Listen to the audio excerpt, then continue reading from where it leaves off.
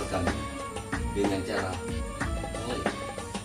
share dan subscribe. Tekan tombol lonceng di bawah ini. Selamat menonton dan semoga bermanfaat. Terima kasih.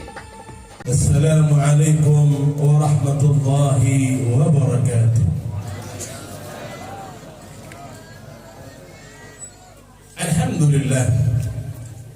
Alhamdulillahilladzi amarna bil ittihad wal wifaq wa nahana 'anil shiqaq wan nishaq wa nastaghfiruhu wa natubu ilayhi min su'il af'ali wal akhlaq. ونشهد أن لا إله إلا الله وحده لا شريك له المحسن الرحيم الخلاق. ونشهد أن سيدنا ونبينا محمدا عبده ورسوله المبعوث متمما بمكارم الأخلاق. اللهم صل على سيدنا محمد أفضل خلق على الإطلاق وعلى آله وصحبه إلى يوم القيامة. Wab'ad. Ya saudara-saudara kita hormati, kita muliakan para habaib, para kiai, para tokoh masyarakat, Masuk Dzikri, Akhirul Kiram, Al-Habib Mahdi Al-Mahdali, Al-Habib Mustafa Al-Mahdali, Al-Habib Ali Al-Mahdali, dan para habaib yang tidak bisa disebutkan satu persatu, tapi tidak mengurangi rasa hormat, ta'zim. Semoga Allah Subhanahu wa taala panjangkan umur beliau. Semoga Allah Subhanahu wa taala berikan kesehatan kepada beliau. Dan semoga Allah Subhanahu wa taala menjadikan beliau semua ini menjadi panutan kita untuk berjalan kepada Allah Subhanahu wa taala. Hadirin hadirat, ikhwan akhwat yang dimuliakan oleh Allah Subhanahu wa taala. Bila ada seseorang yang memberikan uang kepada kita, misalnya orang tersebut memberikan uang kepada kita 100.000 misalnya, maka kita akan mengatakan kepada orang itu terima kasih. Tapi bila orang itu menambah lagi uangnya menjadi 500.000 misalnya, maka intonasi terima kasih kita akan sedikit berubah. Kita akan mengucapkan terima kasih banyak. Tapi bila orang itu menambah lagi uangnya menjadi 1 juta misalnya, maka kita akan mengatakan kepada orang itu, ribuan terima kasih saya ucapkan atas apa yang Anda berikan. Tapi bila orang itu menambah lagi uangnya menjadi 10 juta misalnya, sering kita mengatakan, bahkan sering kita kehabisan bahasa, sering kita kehabisan kata, dan kita mengucapkan tak tahu lagi apa yang akan saya sampaikan. Hanya Allah lah yang bisa membalasnya. Kalau hanya 10 juta saja kita tidak bisa berkata lagi dengan orang itu, lalu bagaimana dengan Allah Subhanahu wa taala yang telah memberikan segalanya kepada kita, memberikan kesehatan, kemampuan, kemauan untuk melangkahkan kaki kita menghadiri acara Haul Akbar Al-Habib Muhsin bin Ali Al-Hindwan, dan juga Al-Habib Haidarah bin Muhsin Al-Hindwan, dan Al-Habib Murtala bin Muhsin Al-Hindwan. Ini semua adalah nikmat yang Allah berikan kepada kita. Setiap langkah kita datang dari rumah menuju tempat tersebut, dosa-dosa kita diampuni oleh Allah Subhanahu wa taala. Rezeki kita ditambah oleh Allah Subhanahu wa taala. Lalu apa yang Allah minta dari kita? Allah tidak meminta harta kita. Allah Subhanahu wa taala hanya menginginkan bila kalian dapat rezekiku, maka bersyukurlah kepadaku. Allah Subhanahu wa taala berfirman, la in syakartum la azidannakum. Kalau seandainya engkau bersyukur dengan nikmatku, maka akan aku tambah nikmat tersebut. Hadirin, bukankah kita sudah banyak mendapatkan nikmat dari Allah? Dan sudah sepantasnya lah dan selayaknya kita mengucapkan kata syukur kepada Allah Subhanahu wa taala, agar Allah memberikan segalanya kepada kita, agar Allah menambah nikmat-nikmat kepada kita semuanya. Mari bersama-sama kita ucapkan rasa syukur kita kepada Allah Subhanahu wa taala agar Allah memberikan segalanya kepada kita. Kita walhamdulillahi rabbil alamin. Ikhwan akhwat rahimakumullah. Sering juga kita melihat, bahkan sering juga kita lakukan. Bila kita bertanya kepada anak kita, ayo anak siapa ini? Tentunya pertanyaan tersebut tidak ada manfaatnya buat si anak, buat si orang tua. Justru sebaliknya, jawaban tersebut membuat si anak bangga akan jawaban si anak. Aku anak abah, aku anak buya, aku anak papa, semuanya. Si anak apalagi melihat bila orang tuanya memiliki pangkat yang tinggi, memiliki kedudukan yang tinggi di masyarakat, maka dia akan bangga. Baginda Rasul sallallahu alaihi wasallam bersabda, "Ayo siapa umatku berselawat kepadaku." Bukankah kita adalah umat Rasul sallallahu alaihi wasallam? Apa yang didapat oleh Rasulullah? Rasulullah tidak mendapatkan apa-apa. Walaupun kita tidak berselawat, Rasulullah tetap mulia. Yang kita dapatkan adalah man shalla alaihi sallaitu alaihi. Orang yang berselawat kepada Rasulullah, orang yang mengucapkan pujian kepada Rasulullah, Rasulullah akan menjawab salam kita. Bila kita termasuk umatnya Rasulullah, mari bersama-sama kita ucapkan salawat kepada Rasulullah agar Rasulullah mencintai kita, agar Rasulullah mengenali kita, dan nanti saat kita kembali kepada Allah Subhanahu wa taala, Rasulullah mengatakan ini adalah umatku. Mari bersama kita ucapkan Allahumma salli ala sayyidina Muhammad wa ala alihi wa sahbihi ajma'in. Saudara-saudara, sering juga kita lakukan, bahkan sering juga kita peringatkan kepada anak kita bila hendak menyantap hidangan. Kita selalu bilang kepada anak kita, wahai anakku, ayo cuci tangannya dulu, agar nanti makanan yang masuk ke dalam tubuhmu tidak menjadi mudarat untukmu, bahkan menjadi kesehatan, menjadi kuat tubuhmu bila engkau mencuci tangan. Biasakanlah untuk mencuci tangan sebanyak 7 kali. Fadhilul Imam Al-Habib Muhsin bin Ali Al-Hindwan mengajarkan kepada semua murid-muridnya, bila kalian hendak mendengarkan satu pelajaran, dari siapapun itu pelajarannya, ketika kalian ingin mendengarkan, agar pelajaran-pelajaran yang nanti akan disampaikan oleh seorang penceramah bisa dipakai, bisa diaplikasikan dalam kehidupan, paling tidak kita membaca istighfar sebanyak 7 kali, agar apa-apa nanti akan disampaikan oleh penceramah tersebut berbekas di hati kita dan bisa kita lakukan sepanjang hidupnya kita. Kita ikuti apa yang pernah diajarkan oleh Al-Habib Muhsin bin Ali Al-Hindwan untuk membaca istighfar sebanyak 7 kali untuk baca indera perut dan kemaluan. Bersama-sama, Astaghfirullahaladzim alladzi la ilaha illa huwal hayyul qayyum wa atubu ilaih.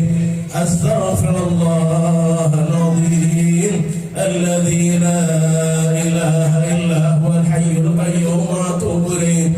Astaghfirullahaladzim alladzi la ilaha illa huwal hayyul qayyum wa atubu ilaih. Astaghfirullahaladzim alladzi la ilaha illa huwal hayyul qayyum wa atubu ilaih.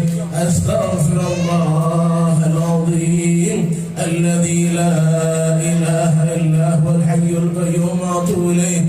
Astaghfirullahaladzim alladzi la ilaha illa huwal hayyul qayyum wa atubu ilaih. Astaghfirullahaladzim alladzi la ilaha illa huwal hayyul qayyum wa atubu ilaih. Semoga apa yang kita baca pada hari ini diterima oleh Allah Subhanahu wa taala, dan kita menjadi hamba yang dicintai oleh Allah, dicintai oleh Rasulullah, dicintai oleh para guru-guru kita insyaallah taala. Hadirin hadirat, ikhwan akhwat yang dimuliakan oleh Allah Subhanahu wa taala. Sebenarnya masih banyak yang lebih layak untuk bisa menyampaikan mukjizat hasanah. Cuman saya diperintah oleh Al-Habib Mahdi untuk menyampaikan tausiah, menyampaikan mau'izah hasanah, karena ini permintaan dari guru harus dikerjakan. Bila ada salah tolong dikoreksi. Ikhwan akhwat rahimakumullah, kita sekarang memperingati acara haul. Haul ini artinya adalah peringatan. Bisa pengertian peringatan satu kelahiran atau peringatan satu kematian. Kematian identik dengan kesedihan, sedangkan kelahiran identik dengan bahagia. Biasanya kelahiran disambut dengan air mata dan sukaria, sedangkan kematian disambut dengan duka lara dan air mata. Kita sedikit bercerita. Tadi sudah disampaikan oleh Al-Habib Mustafa tentang biografi dari Syekh Al-Azim Al-Habib Muhsin Al-Hindwan, dan mohon izin Habib Mustafa untuk menambahkan sedikit tentang biografi Al-Habib Muhsin bin Ali Al-Hindwan radhiyallahu anhu. Al-Habib Muhsin dahulu di kota Sumeneb ada seseorang suami istri. Suami bernama Habib Ali, istri bernama Ibunda Zainab. Kedua keluarga ini begitu harmonis, tidak pernah didengar keluarga bahkan tetangga pun tidak pernah mendengar percekcokan di antara mereka berdua. Keharmonisan yang dimiliki oleh Habib Ali dan Ibunda Zainab memiliki hasil dengan telatnya datang bulan Ibunda Zainab, yang menandakan bahwa Ibunda Zainab hamil pada waktu itu. Hari berganti bulan, begitu cepatnya waktu berlalu, kandungan Ibunda Zainab memasuki 9 bulan 10 hari. Waktu-waktu akan melahirkan begitu dekat. Waktu-waktu akan lahirnya bayi kecil yang telah ditunggu oleh Habib Ali dan juga Ibunda Zainab. Sudah masuk waktunya. Habib Ali begitu harap-harap cemas menunggu kelahiran seorang bayi kecil yang sudah dinantikannya. Pada waktu yang ditentukan oleh Allah Subhanahu wa taala, Al-Habib Ali mendengar suara jeritan dari dalam kamar yang menandakan bahwa putranya telah lahir ke muka bumi. Pada saat itu digendonglah bayi tersebut. Pada waktu digendong oleh Al-Habib Ali, sempat terjadi ketegangan kecil di antara keduanya. Kata suaminya mengatakan, hidungnya mirip aku. Istrinya mengatakan, tapi matanya mirip aku, ininya mirip aku, ininya mirip aku. Tegang keduanya. Ketegangan keduanya ditutupi dan disepakati. Bayi kecil tersebut diberi nama dengan nama Muhsin. Muhsin, Al-Habib Muhsin dibalut dengan kain putih yang menghangatkan tubuhnya. Kelahiran Al-Habib Muhsin begitu cepat sekali tersebar di antara keluarga dan tetangga. Banyak di antara mereka yang datang untuk mengunjungi Al-Habib Ali untuk menyampaikan kata-kata selamat kepada bayi kecil tersebut. Mereka mengatakan, begitu gantengnya, begitu tampannya bayi kecil tersebut. Mereka semuanya bahagia akan kelahiran bayi yang diberi nama dengan nama Muhsin. Mereka semuanya, keluarga bahkan tetangga yang datang ke rumah Al-Habib Ali yang memberikan selamat, mereka semua tidak pernah mengira bahwa bayi kecil yang diselimuti dengan kain hangat suatu saat akan menggiring hati manusia semuanya untuk mendengar hina dari Allah Subhanahu wa taala. Mereka hanya mengatakan, begitu gantengnya bayi sekecil. Ikhwan akhwat, hari bergulir menjadi bulan. Bulan melaju cepat menjadi tahun. Tak terasa umur Al-Habib Muhsin berumur 6 tahun. Pada umur 6 tahun, ayahnya Habib Ali menggandeng tangan Al-Habib Muhsin untuk menuju satu madrasah. Madrasah tersebut bernama Makarimul Akhlak. Disitulah pertama kali Al-Habib Muhsin menimba ilmunya, mengambil ilmu keislaman. Dan Habib Muhsin ini tidak ada bedanya dengan teman sebayanya. Pada waktu bermain tidak membuang waktunya untuk mengasihkan dirinya bermain bersama teman-temannya. Tetapi pada saat waktu belajar, maka Habib Muhsin begitu serius untuk menimba ilmu. Tapi subhanallah, ada satu kejadian, ada satu karamah yang diberikan oleh Allah kepada Habib Muhsin. Dibuka karamah kepada Habib Muhsin pada umur 9 tahun.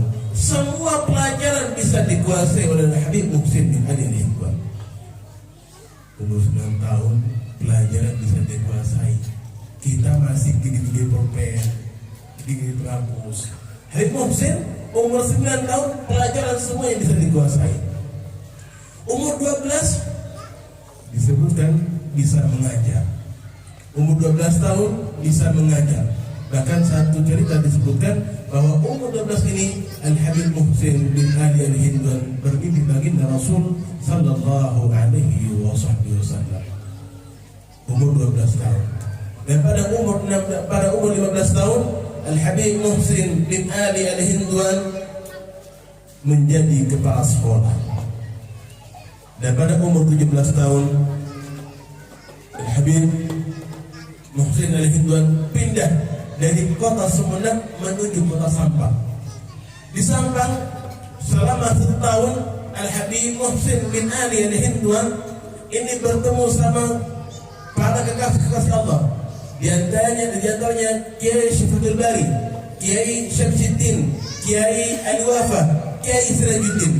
Ternyata 4 orang ini dikirim oleh Allah Subhanahu wa taala untuk menggembleng hati Al-Habib Muhsin bin Ali Al-Hindwan untuk memegang tarekah Naqsyabandi. Pada umur 30 tahun disitulah pertama kali Al-Habib Muhsin bin Ali Al-Hindwan mengibarkan panji tarekah di kota Sumeneb. Begitu hebatnya perjuangan yang didapati oleh Al-Habib Muhsin bin Ali Al-Hindwan. Dan banyak fitnah yang didapat oleh Al-Habib Muhsin, bukan hanya dari kalangan teman dan semua, bahkan muridnya pun menfitnah Al-Habib Muhsin bin Ali Al-Hindwan. Sempat juga Al-Habib Muhsin masuk ke dalam penjara. Allah Subhanahu wa taala menghibur hati Al-Habib Muhsin dengan datangnya Nabi Allah Yusuf alaihissalam.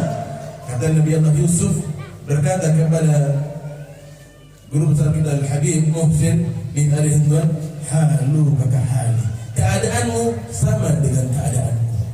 Begitu hebatnya, begitu tegarnya yang diterima, begitu hebatnya, dahsyatnya fitnah-fitnah yang diterima oleh Al-Habib Muhsin bin Ali Al-Hindwan. Ikhwan akhwat rahimakumullah, pada waktu yang ditentukan Al-Habib Muhsin bin Ali Al-Hindwan pada bulan Mei, Al-Habib Muhsin berada di kota Pontianak, tepatnya di Parit Jelawat. Parit Jelawat, alhamdulillah saya sudah pernah pergi ke sana dan masih ada masjid musalla, bahkan tempat di mana syekhana ini tumbang pada waktu itu. Mungkin ada antum-antum ingin pergi ke Parit Jelawat, tempatnya masih ada. Di Parit Jelawat, Al-Habib Muhsin bin Ali Al-Hindwan radhiyallahu anhu ini lagi bersama para murid-muridnya. Ada salah seorang murid yang datang kepada Al-Habib Muhsin. Pada saat datang, Dia menceritakan, mengatakan bahwa aku rindu kepadamu wahai guru, aku ingin selalu di dekatmu wahai guru. Menyampaikan hal tersebut, sang guru Syekh Abdul Rahim Al-Habib Muhsin Al-Hindwan ini memijit kakinya sebagai tanda bahwa sang guru ingin beristirahat, karena kerinduan si murid yang tak bisa tertahankan lagi, tak ingin pergi dari hadapan sang guru. Oh subhanallah, sang guru tak sadarkan diri, sang guru pingsan. Maka semua para murid datang kepada orang yang baru datang tadi. Kata murid satunya, gara-gara kamu guruku tak sadar, gara-gara guruku, gara-gara kamu guruku sakit. Tegang semuanya.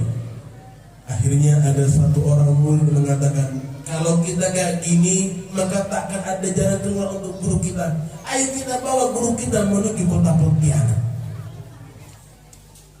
Keputusan tersebut diterima oleh para murid-muridnya dan mengantarkan Syekh Al-Habib Muhsin Al-Hindwan menuju kota Pontianak. Pada sampai di kota Pontianak, Al-Habib Muhsin bin Ali Al-Hindwan dibawa ke rumah sakit bernama Antonius, dan dibaringkan di kamar ICU. Mereka semua kebingungan, bagaimana dengan sang guru, bagaimana keadaan sang guru, apakah sang guru masih dapat hidup kembali, apakah sang guru masih belum sadar. Mereka semuanya kepikiran, takut, cemas yang ada pada diri mereka semuanya. Kalau kemudian Al-Habib Muhsin bin Ali Al-Hindwan seraya membisikkan di hati muridnya ingin didatangi seorang putranya, maka diadakan permusyawaratan kecil. Bagaimana bila kita undang salah seorang dari putranya untuk datang menemani sang ayah? Maka datanglah putra Al-Habib Muhsin yang dikenal dengan Habib Muhammad Jauhari atau Habib Ahmad, dan sekarang beliau telah kembali kepada Allah Subhanahu wa Ta'ala. Waktu datang, biasanya seorang anak saat akan bertemu dengan sang ayah sudah tergambar, nanti sang anak akan ditanya, bagaimana keadaanmu wahai anakku, bagaimana keadaan keluarga kita, bagaimana keadaan saudara-saudaramu. Habib Ahmad tak mendapatkan hal itu karena sang ayah terbaring lemah di atas tempat tidurnya. Lalu kemudian waktu lagi hening-heningnya ada suara teriakan, inna lillahi wa inna ilaihi raji'un.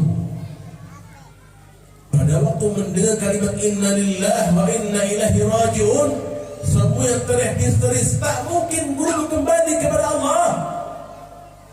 Karena masih ada murid-muridnya yang mengharap bimbingannya. Tak mungkin guru kembali kepada Allah. Mereka semua teriak seakan tak percaya, seakan tak terima dengan keputusan Allah Subhanahu wa Ta'ala. Maka ada dua dokter yang menangani sang guru. Kata dokter pertama, Habib Muhsin telah kembali kepada Allah Subhanahu wa Ta'ala.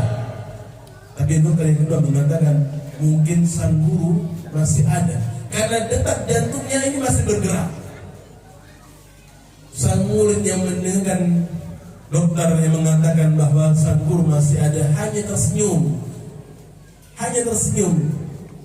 Dan dia mengatakan, wahai dokter, kalau di dalam tarekat kami, bila ada murid dari guru kami yang akan kembali kepada Allah Subhanahu wa Ta'ala, bergetar hatinya, itu sudah biasa, apalagi kepada guruku.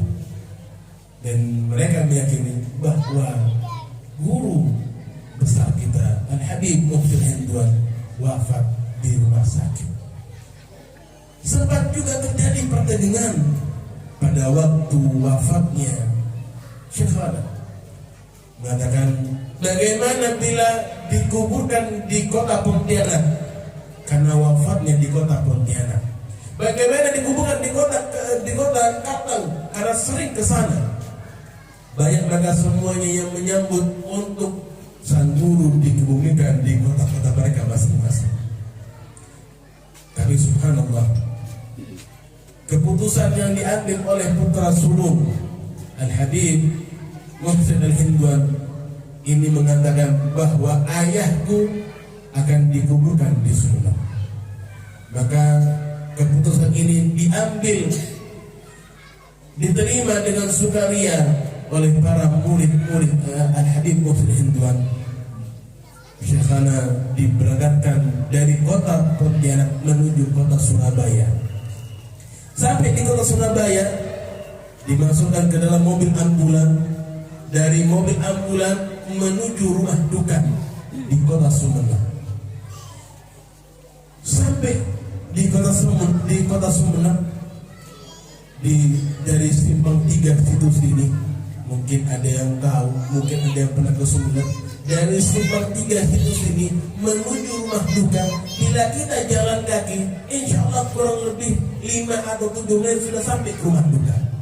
Tapi subhanallah, ambulan yang mana di dalamnya ada jasad kekasih Allah ini, dari simpang 3 situs ini sampai ke rumah duka memerlukan waktu kurang lebih setengah jam. Karena banyaknya murid-murid yang merasakan kehilangan seorang guru yang membimbing hati mereka semuanya untuk mendengar hidayah Allah Subhanahu wa taala. Karamah yang dimiliki oleh Habib Muhsin, kabarnya pada waktu ambulan yang digunakan oleh Habib Muhsin tersebut, ada seorang Chinese, seorang Cina yang melihat bahwa mobil ambulan tersebut, semua mobil ambulan tersebut berukirkan lafzul jalalah, lafz Allah Subhanahu wa taala. Ini menandakan begitu dahsyatnya, begitu agungnya kemuliaan pangkat yang dimiliki oleh Al-Habib Muhsin bin Ali Al-Hindwan. Sampai di hadapan rumah duka,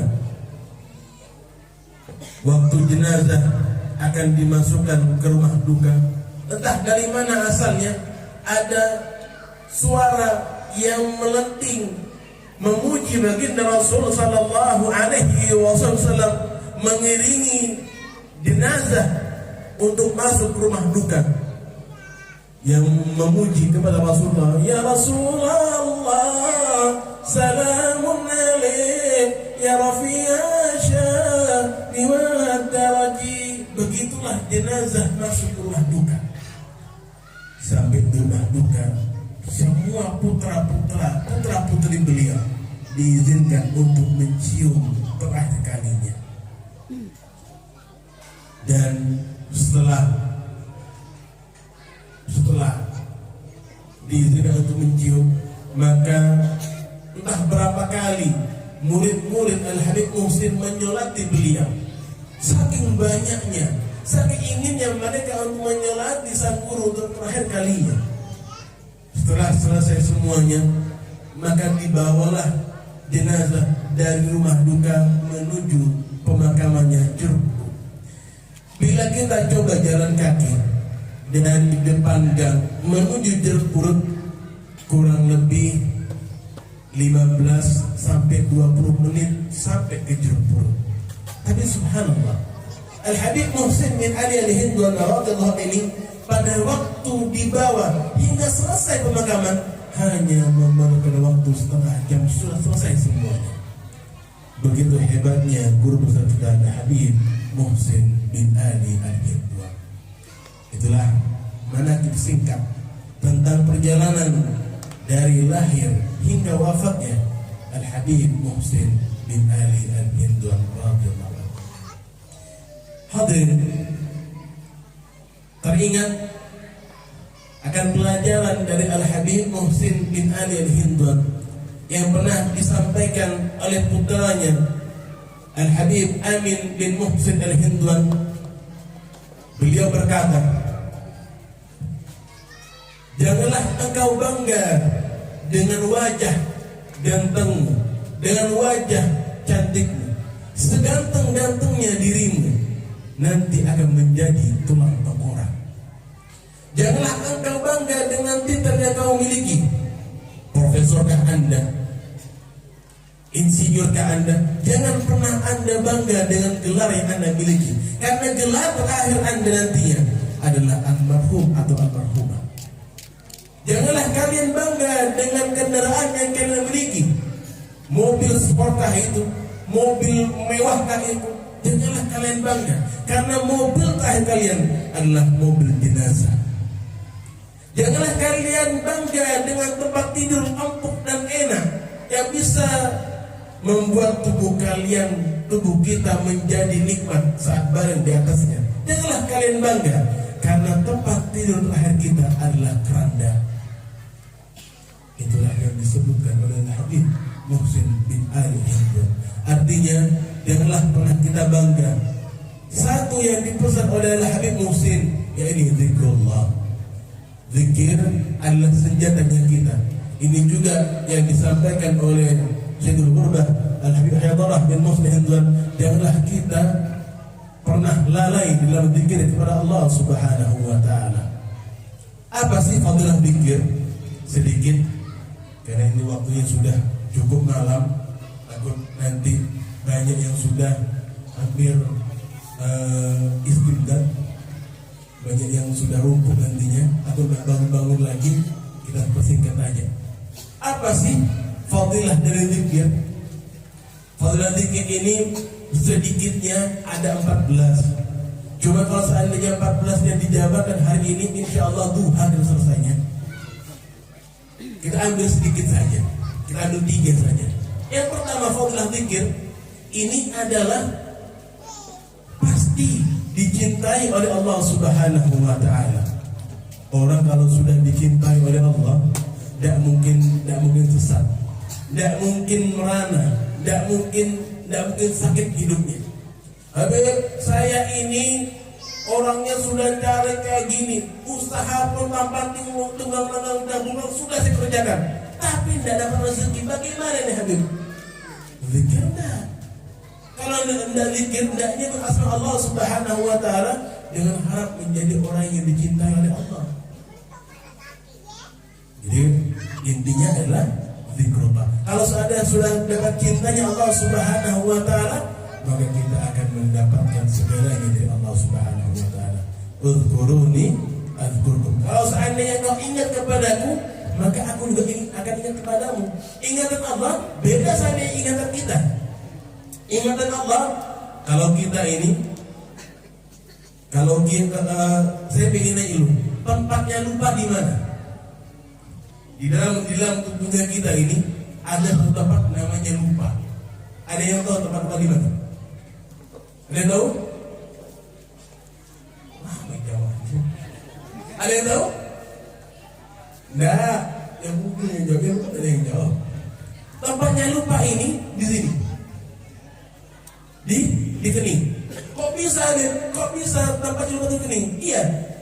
Coba satu contoh. Di mana? Tadi saya nyimpan uang di sini. Kata istrinya, kan sudah bapak jajanin. Allah, bapak di sini. Tokoin Allah di sini tempat. Jadi tempat itu di jidat. Kalau seandainya ada yang bilang tidak mungkin, Allah tidak mungkin di lutut, apalagi di mata tidak mungkin, pasti di jidat. Ingatan Allah sama ingatan kita berbeda. Ingatan Allah ini jauh banget. Allah ini maha sempurna. Sampai Allah ini tak pernah lupa kepada hewan yang ada di dasar tanah.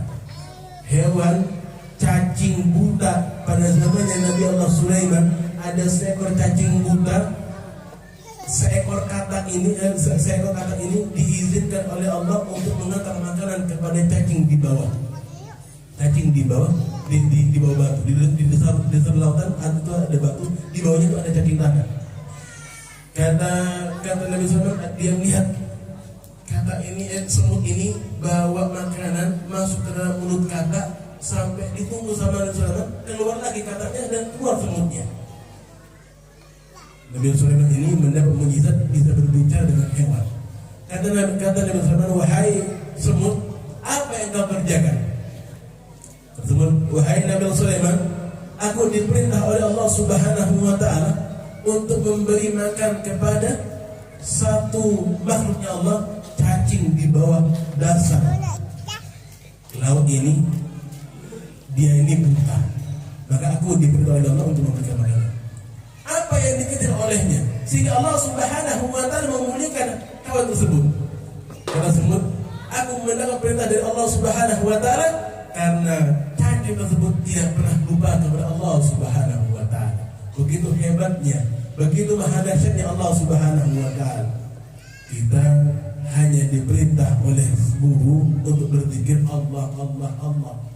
Kalau kita sampai ke makam muraqabah, bacanya la ilaha illallah. Allah, Allah itu susah, apalagi la ilaha illallah. Mungkin seminggu sekali, kalau dengan tasbih, kalau berzikir. Itu hebatnya bila kita mengingat Allah Subhanahu wa Ta'ala. Cacing di bawah dasar tanah diingat oleh Allah Subhanahu wa Ta'ala. Bagaimana dengan kita bila kita berzikir kepada Allah Subhanahu wa Ta'ala? Yang kedua, hati akan menjadi tenang. Hati akan menjadi tenang. Sesuai dengan firman Allah Subhanahu wa Ta'ala, ala bidzikrillah tatma'innul qulub. Dengan menyebut nama Allah, maka hati akan menjadi tenang. Tenangnya ini kayak gimana sih, Habib? Ilustrasinya kayak gini.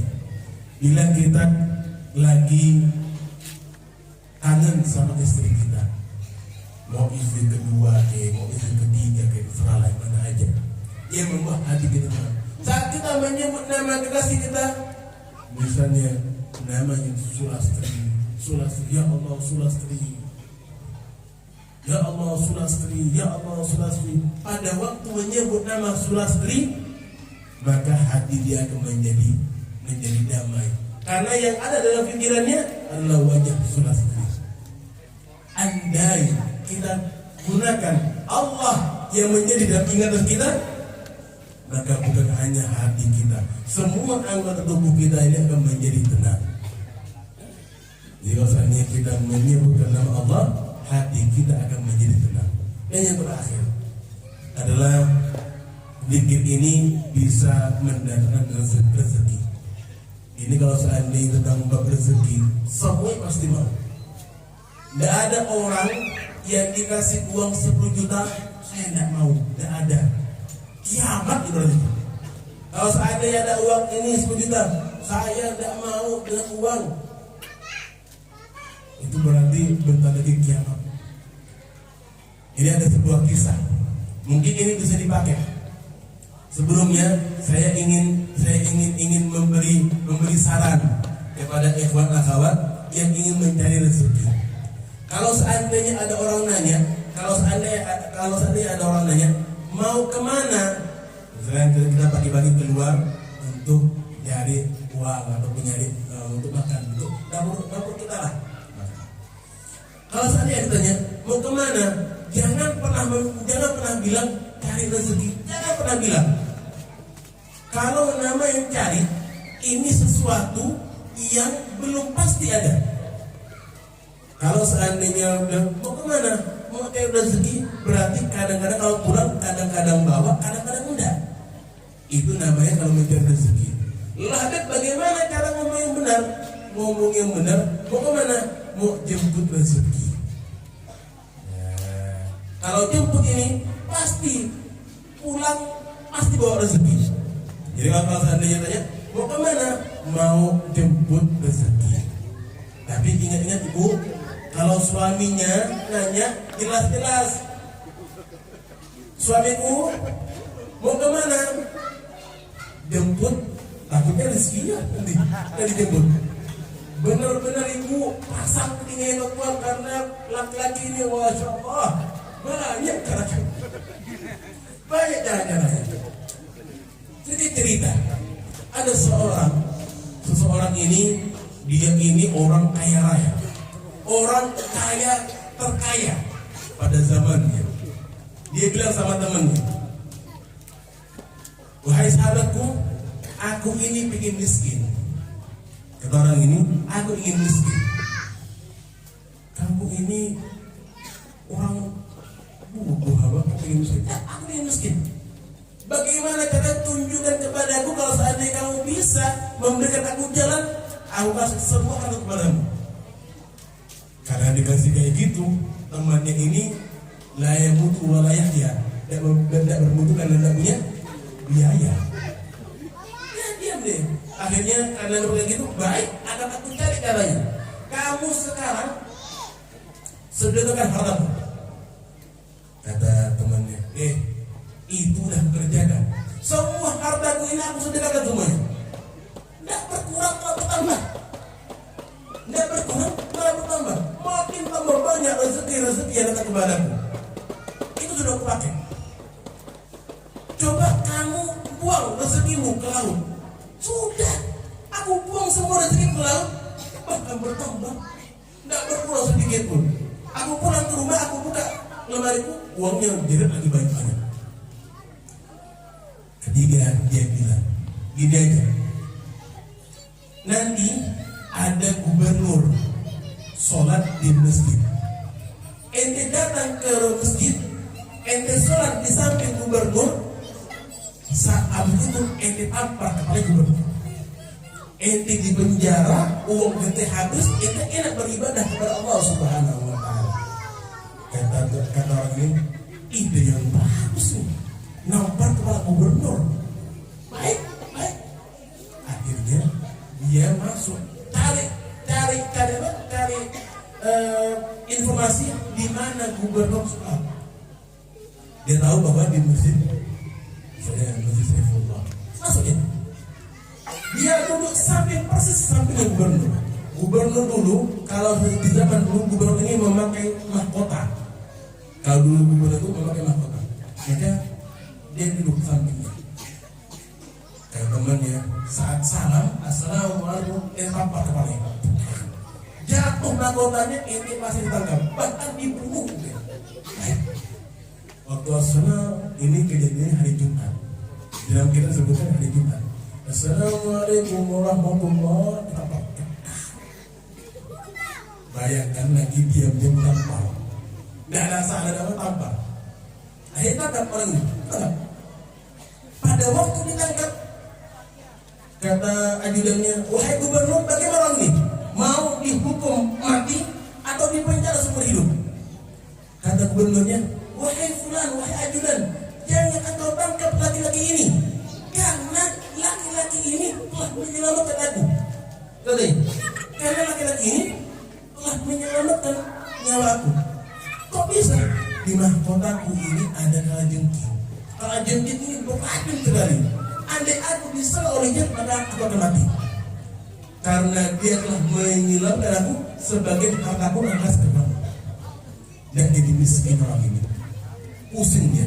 Nah, ikhwan akhwat, kalau seandainya ingin kaya, ya, cari di mana kalian ingin sholat. Cari di mana gubernur sholat, datang hampar, penjara, tidak mungkin dah. Itulah bahasanya orang ahli ibadah tanpa apapun Allah selalu memberikan hidayah kepada kita. Allah memberikan rezekinya kepada kita. Maka pada hari ini pun kita memperingati Haul Akbar, para kekasih-kekasih Allah, para zuriat Rasul sallallahu alaihi wasallam, kita dengan bahagia, dengan sukaria memeriahkannya, maka Allah Subhanahu wa taala nantinya akan menggantikannya dengan surga Firdaus. Allah memberikannya kepada kita keberkahan, Allah memberikan kepada kita ketenangan untuk kita dan wilayah Indonesia utamanya. Mungkin ini saja yang dapat saya sampaikan. Kurang dan lebihnya mohon maaf. Bila ada kata-kata saya yang salah, itu datanya dari diri saya pribadi. Jika bila ada kata-kata saya yang benar, itu datanya dari Allah Subhanahu wa taala. Wabillahi hidayah, wassalamualaikum warahmatullahi taala wabarakatuh.